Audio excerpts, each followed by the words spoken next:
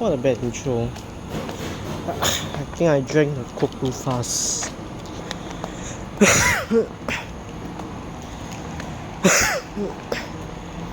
Shucks.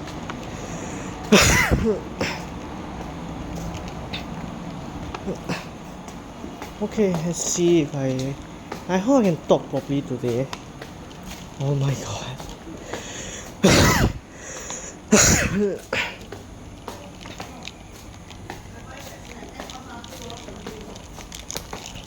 Oh wow, old sign.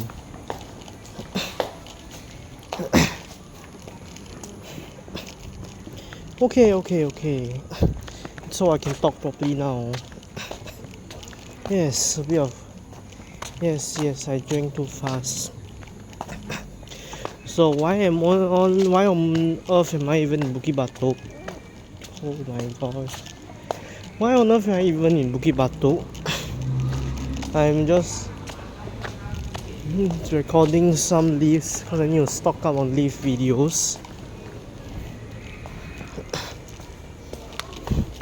Anyways, this video, just another yapping video, is going to be about bus and tours once again.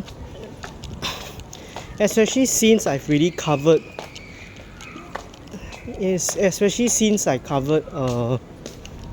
bus and tour fight recently. Then I think viewers are probably now going to ask me, how on earth has the Bascom hasn't collapsed yet? Wait a minute, look at this.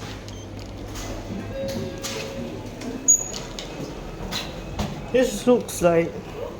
Okay, you see the left one? You see the left one is... The door is colored and the right one is grey. Two separate replacement terms. What the heck?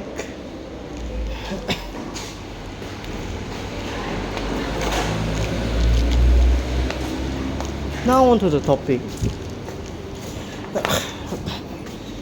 Today's video will be about how on earth there's so many bus and tours in the Bascom. Even after so much fighting, somehow there's still bus and tours. So before I actually get into the topic I think I need to set some disclaimers first. First of all, what am I going to be aligned to for this video? I won't be aligned to any hobby for this video. Not bus and tours, not K-pop fans. Because if I align to any hobby, the issue is that different hobby have a different culture. They have different standards on what is acceptable, what is not.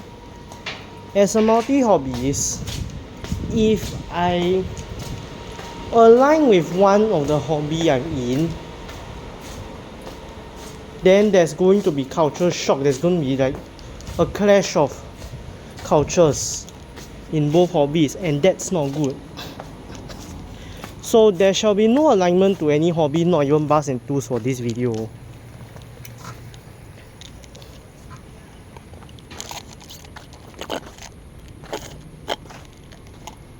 Oh god, where am I supposed to go? Wow, I lost my way. I was going to go find the bank. I don't know if it's the bank. And anyways, that's the first thing. No alignment to any hobby. What to do? Second is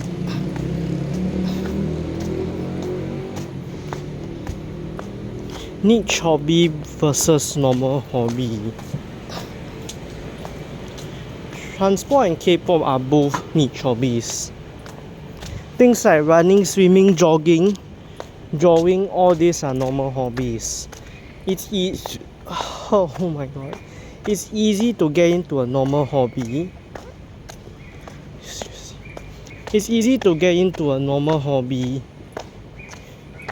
But for a niche hobby, you have to have a lot of knowledge on the internal, like internal, I won't say dynamics, but like internal skills, something like that, like how to do so and so for you to thrive in the hobby, even if you are a solo member of the hobby. That's for niche hobby. Like for example, to thrive as a bass in 2, train in 2, you have to know all the models, you have to know how to catch them. And then for K-pop, of course, you want to thrive, you have to know all the members of your favorite group, know how to fight in the ticketing war. Yeah. So a niche hobby, you need skills to be part of it. That's the second point. Third point is my background. Because apparently there are differences in hobby experiences between Gen Z bass enthus and Gen A bass enthus. And no, I'm not going to show my bank pin number.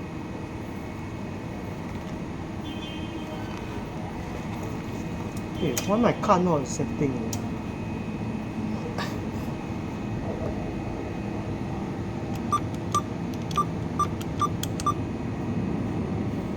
Okay.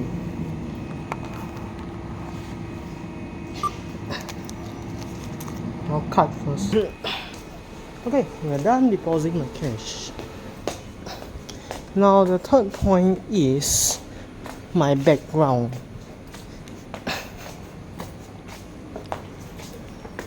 Let's see. I'm 17 now. So minus 17 is 2009. I think around 2014 I became a transport into because of an MRT map with the downtown line. That's right, an MRT map. And then I joined the community around late 2020. I think around late 2020, I think. Around there. Because of Hijin's Discord server. My first bass WhatsApp group chat 2021.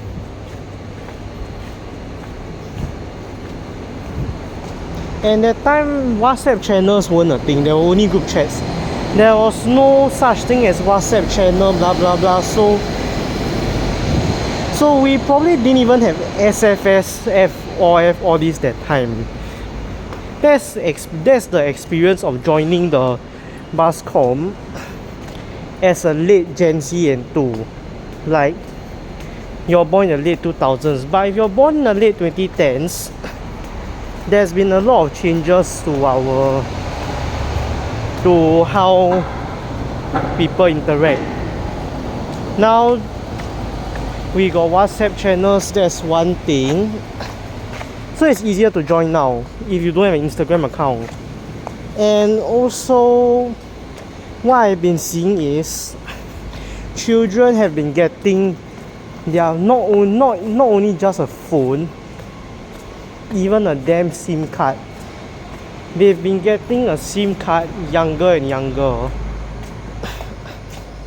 My first SIM card, I got it around 11 years old.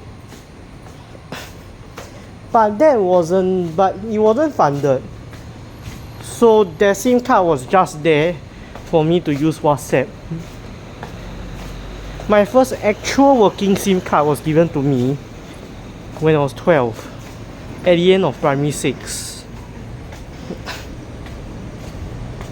That was my first actual working SIM card. So I can have an actual WhatsApp account that cannot be screwed over if I lose the number. And that time still there wasn't a WhatsApp channel. What I'm seeing is now children have been getting their own SIM card younger and younger. I think the youngest channel, WhatsApp channel this thing was added like a few years back. But definitely when I was in secondary school and they added WhatsApp channels. The youngest WhatsApp channel I've seen is 12. But from what I heard, other people have seen WhatsApp channel as young as 9 years old. Whether kids join the Bascom directly because of the existence of WhatsApp channels, I am not sure. But that's not the point. Okay, maybe that is the point. But I have not seen that happen. I have not seen that play out yet. But I'm not surprised if it is. Either WhatsApp channels or public WhatsApp group chat links, one of these. Because what I've been noticing is, within the Bascom itself, okay, now we're actually touching on the part on why are there so many bus and tools now. Before we go into why, if anybody is a bus and tool viewing this video, then you may have noticed, yes, WhatsApp group chats, a lot of new kids joining. Some don't even have Instagram accounts because they probably joined because of WhatsApp group chats. They probably joined the com because of this. And I'm not saying WhatsApp communities. I'm saying like the hobby itself, the bus community as a whole. Kids nowadays, they join because of WhatsApp. So I think some bus and tool should have noticed the rise there. If that is not enough evidence that the Bascom is growing despite the uncivilized blah blah blah, then just take a look at some posts from non-enthus. Kaiser Ho's post is one. Okay. Public, they count train and bus as one, transport and tools. So I think for the rest of this video, I'll just say transport and tools as a whole. Since I say I don't want to align to any hobby. And I've been transport and tool from the start. Not just bus and train. So there is one video from Kaiser Ho. He says lately MRT videos have been getting more views than usual videos from him. And also there was a post by Transport Minister Jeffrey Xiao about him visiting some random block where it turns out there's a very young bus and tool with a lot of models living there. And in both posts, the comment section, there were parents commenting that their child were bus and tools. There was one in Transport Minister Jeffrey Xiao's Instagram post.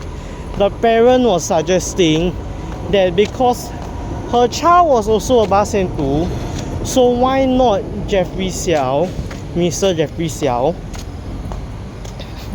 host a meetup for all the bus and tools living in his constituency. Brickland thing. So I think, and I'm sure the parents aren't in the com. So the parents can be counted as members of the public because they are not in the com at all. They probably don't know that the Bascom exists. They probably don't know that there's an online community of bus and tools. But the thing is, there remains one question that is unanswered. Sure, there's evidence that the com is growing from both the public perspective and also kids joining the com because of WhatsApp group chats and channels. But the unanswered question is, why would they even gain interest in buses in the first place? It can't be they just randomly decided to start liking buses, right? I hope not. And it's very simple. Look at all these flats in front of me. What are these? Public housing. 80%, I think more than 80% of Singaporeans live in this kind of housing, public housing.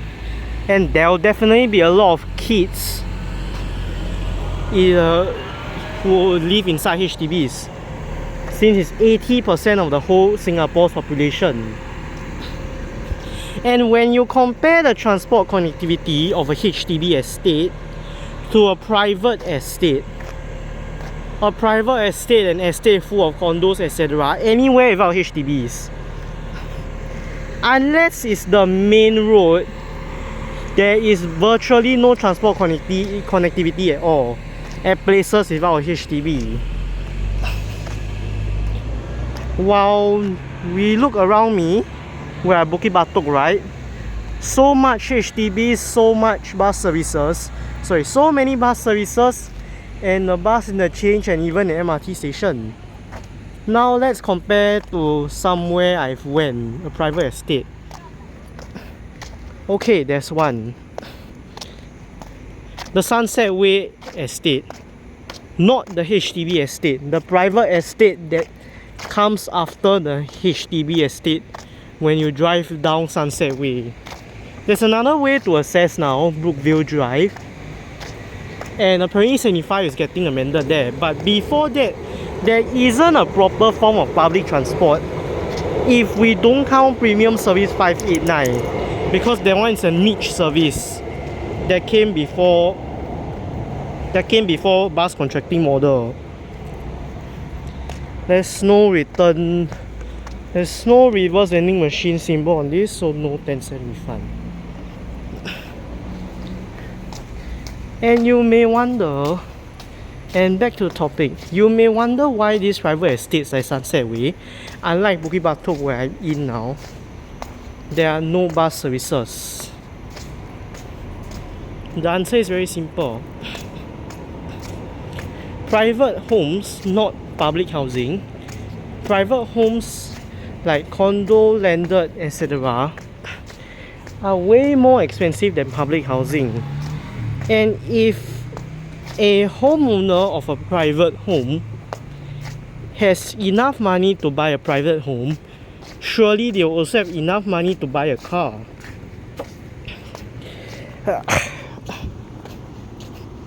In Singapore, people don't own cars because they need to. People own cars because they can. Which explains why most private estates, there is virtually no transport connectivity at all.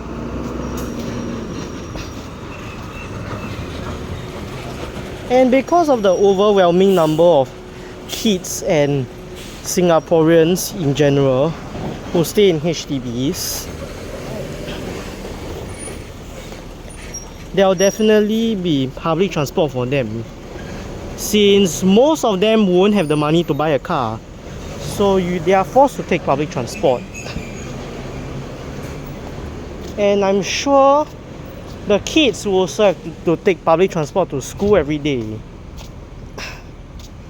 That's one factor.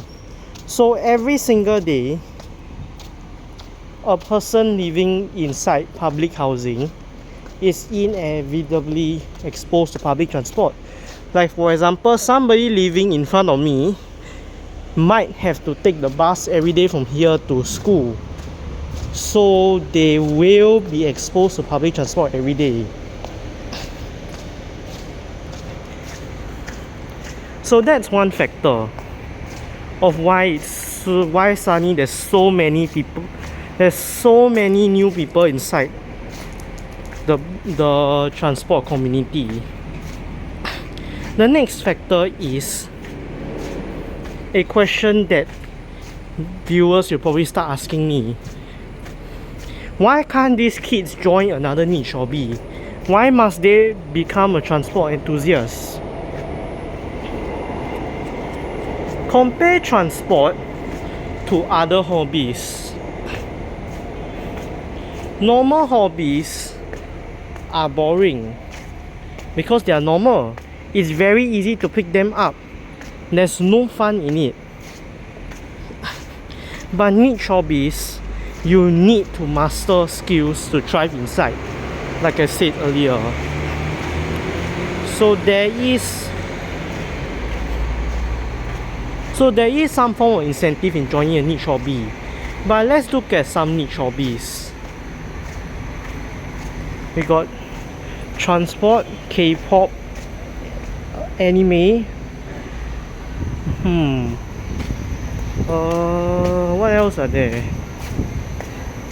Pokemon, technology, just to name a few niche hobbies. But then when you check how much it costs to actually be able to participate in the hobby itself and not just post about it, like take something from online and post about it on social media, you will realize that transport is the cheapest niche hobby to participate in. Because at most, if you are very very poor, then the bare minimum is you pay for your public transport ride. And you know public transport in Singapore is very affordable. And if public transport is so affordable and everybody is exposed to it every single day, that you can't just take public transport out of their life, especially the kids. I'm saying especially the kids because kids will more likely be finding something to enjoy. What happens when they're finding something to enjoy? They'll look at the cost, right? Not every kid is born inside a well-to-do family. There are some who are born in low-income families. So all other niche hobbies are non-accessible for them. The easiest hobby to participate in is transport because of the affordability. That is the second factor. The cost of participation in the hobby. And when these two factors are combined, you get There's one more third factor. Is of course the internet. Have I said that before? I don't think so. Yes, I haven't said that. The third factor is what I've already said just now. Kids getting very early access to the internet. That is actually a third factor. What happens when you combine these three factors? Boom! Shitloads of kids becoming transport enthusiasts because it's the easiest hobby to join. So yes, that is why the transport community has shitloads of new members inside. And what happens when you have shitloads of members who suddenly join a hobby that's unprepared for this shitload of people joining? You unlock a recipe for disaster.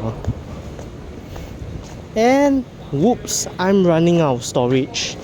Just to explain something very simple in depth, I've already burned 25 minutes of recording time. My goodness. Maybe if we minus the hiccups we experienced in this video, we can shave off maybe 5 minutes. Clearly, I'm still not good at making non-scripted vlogs. I honestly wonder how ZBK Vlogger is able to even talk smoothly without a single interruption in his videos. So there'll be another part. We will continue on the consequences of shitloads of new people joining the transport com, but I don't know where I'm going to record it. So goodbye for now.